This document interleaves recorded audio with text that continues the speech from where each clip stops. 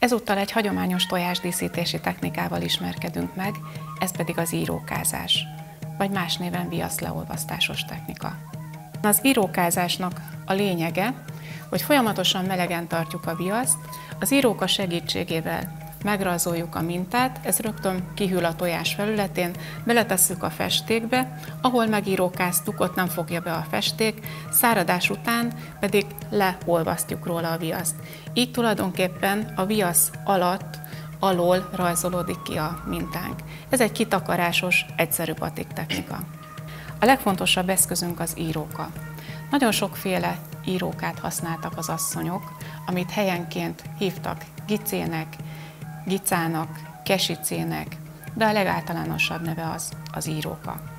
Van, aki egy kis tölcséres részformát készített el, és egy szőlővenyigébe illesztette bele, egy kis részdóttal pedig odaerősítette. Ez is nagyon jól működik. Aztán gyimesben az úgynevezett kesicét egy egészen kis vékony részcsőből alakították ki. Sajátossága, hogy egy sertésszőrt, vagy akár lószőrt belevezettek ebbe a nagyon vékony kis csövecskébe, és ezáltal még vékonyabban tudták húzni a vonalakat a tojás felületén. További sajátossága a kesicének, hogy kenderkóccal tekerték körbe. Azt mondták az asszonyok, hogy ez még jobban melegen tartotta a forró viaszt, folyamatosan adagolta a csövecskének, és nagyon hatékonyan lehet vele dolgozni. A Kárpát-medencében szinte mindenütt ismerték ezt a technikát, több száz, de azt is mondhatnám, hogy több ezer mintavariánst ismerünk. A legegyszerűbbel kezdenénk most a gerebjés mintával. A gerebjéset ismerték a Dél-Dunántúlon, Felvidéken és Erdélyben is. Ennek néhány egyszerűbb változatát fogjuk ma megírókázni. Először a két hosszanti osztókört rajzoljuk meg, utána pedig a keresztirányú osztókört. Régen az asszonyok úgy is mondták, hogy keresztet vetettünk a tojásra, megrajzoltuk a födgyét, ez az alapja minden régi mintának. A régi stílusra nagyon jellemző ennek a geometrikus hálónak a megrajzolása.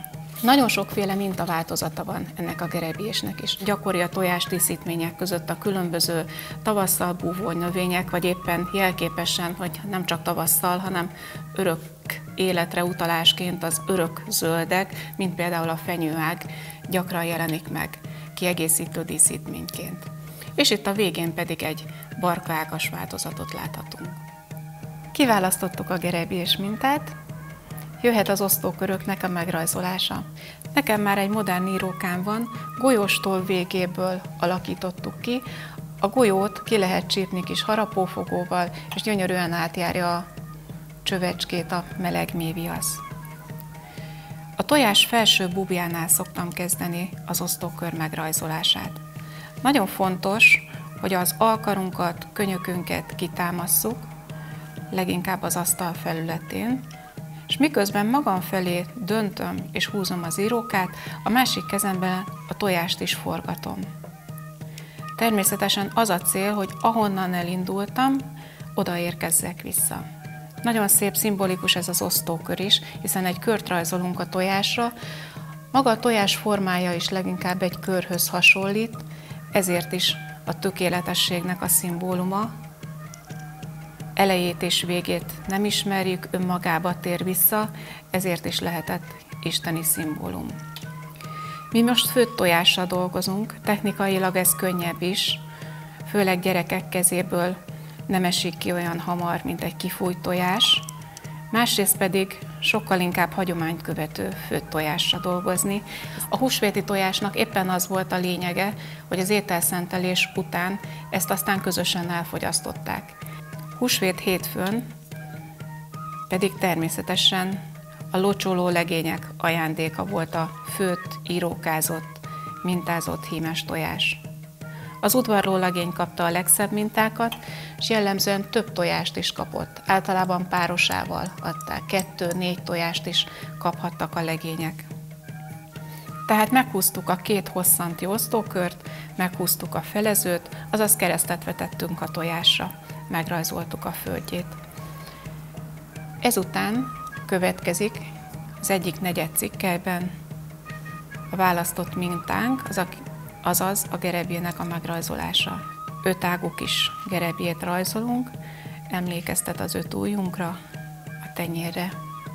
és ezt követően az átellenes mezőben kezdem újra a gerebjét megrajzolni. Azért fontos ennek a sorrendisége, mert a tojás felületén az arányokat sokkal jobban lehet érzékelni, hogyha ebben a sorrendben rajzolom. Bocsánat. Szokták mondani, hogy egyforma, mint két tojás, de ez valójában, ha közelebbről megnézzük, akkor nem is így van, hiszen ha írókázzuk, akkor is tapasztalhatjuk, hogy nagyon sokféle színárnyalatban jelenik meg, ami a festést is nagyon erősen befolyásolja, másrészt pedig a tojások nagysága és alakja is egészen különböző tud lenni. Érdemes a tojás méretéhez és alakjához választani a mintát.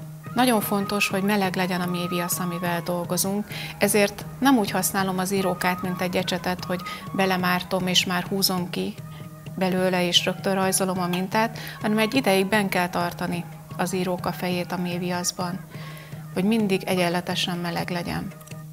Ha nem egyenletes meleg, akkor vagy nem tapad meg a viasz a tojás felületén, vagy gírbe-gurbák lesznek a vonalak, egyenetlen lesz a vastagsága. Ha elkészült a gerebjés mintánk, akkor következhet a festés.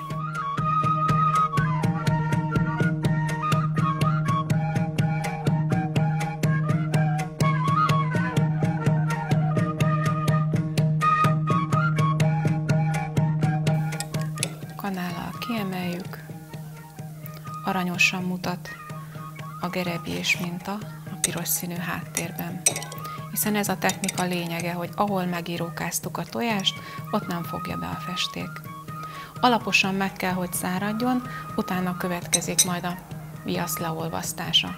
És ez lesz az igazi varázslat, amikor a leolvasztás után előkerül a minta. Néhány tojást már megfestettünk, ezeken már megszáradt a festék. Ilyenkor már nyugodtan meg lehet fogni, alkalmas arra, hogy leolvasszuk róla a viaszt. Itt egy kis fenyőágas, csillagos minta látszik. Itt egy kicsi szíves, nyuszifüles, töltött rózsa, kankós, nagyon sokféle változata a gyimesi motívumoknak. Következik az olvasztás.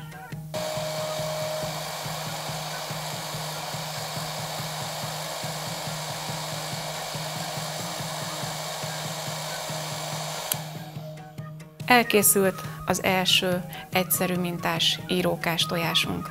A későbbiekben a bonyolultabb, összetettebb mintákkal fogunk megismerkedni.